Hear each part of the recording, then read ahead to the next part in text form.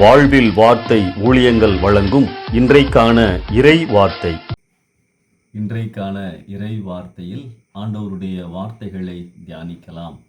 கிறிஸ்தவ வாழ்வே நாம் ஆண்டவரை விசுவாசிப்பதில்தான் ஆரம்பிக்கின்றது. ஆண்டவர்தான் எல்லாவற்றையும் படைத்தார் என விசுவாசிக்கிறோம். அவர் நம்மை மிகவும் நேசிக்கிறார் என விசுவாசிக்கிறோம். நம்முடைய ஜெபங்களுக்கெல்லாம் பதில் கொடுக்கிறார் என விசுவாசிக்கின்றோம். இயேசு கிறிஸ்து நமக்காக சிலுவையில் பலியாகி மரித்து உயிர்த்தெழுந்தார் என விசுவாசிக்கின்றோம்.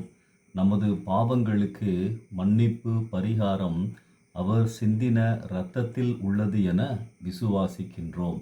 அனுதினமும் அவர் நம்மை நடத்துகிறார், பாதுகாக்கிறார், தேவைகளை சந்திக்கிறார் என விசுவாசிக்கின்றோம். அவருடைய ஜீவனுள்ள வார்த்தைகளை நாம் விசுவாசிக்கின்றோம். பரலோக வாழ்வை விசுவாசிக்கின்றோம்.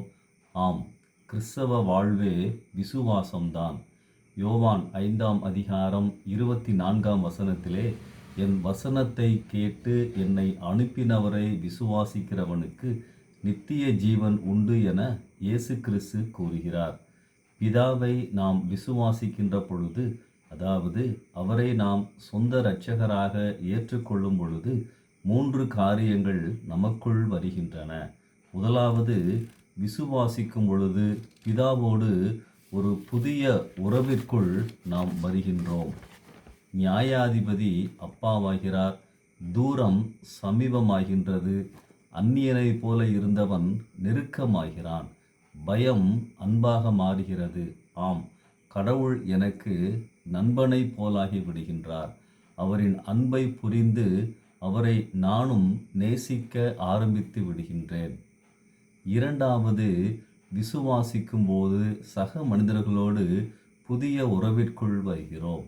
பிதாவை நம்பி அவரை நேசித்து வாழும் பொழுது பிறர் மீதிருந்த வெறுப்பு அன்பாக மாறுகிறது.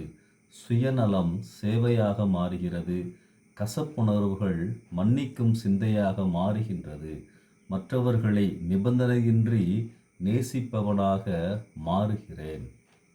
மூன்றாவது, விசுவாசிக்கும் போது நமக்குள் ஒரு புதிய உறவிற்குள் அனுபவத்திற்குள் வருகிறோம். ஆம், பலவீனங்கள் பலமாக மாறுகிறது.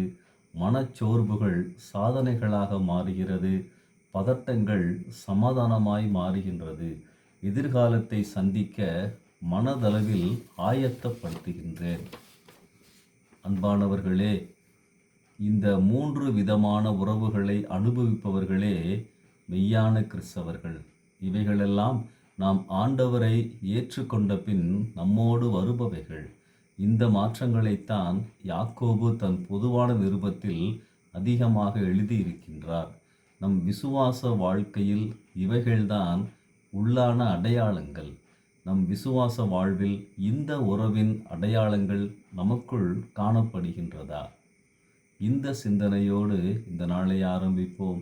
கர்த்தரின் கரம் உங்களோடு இருப்பதாக. ஆமென்.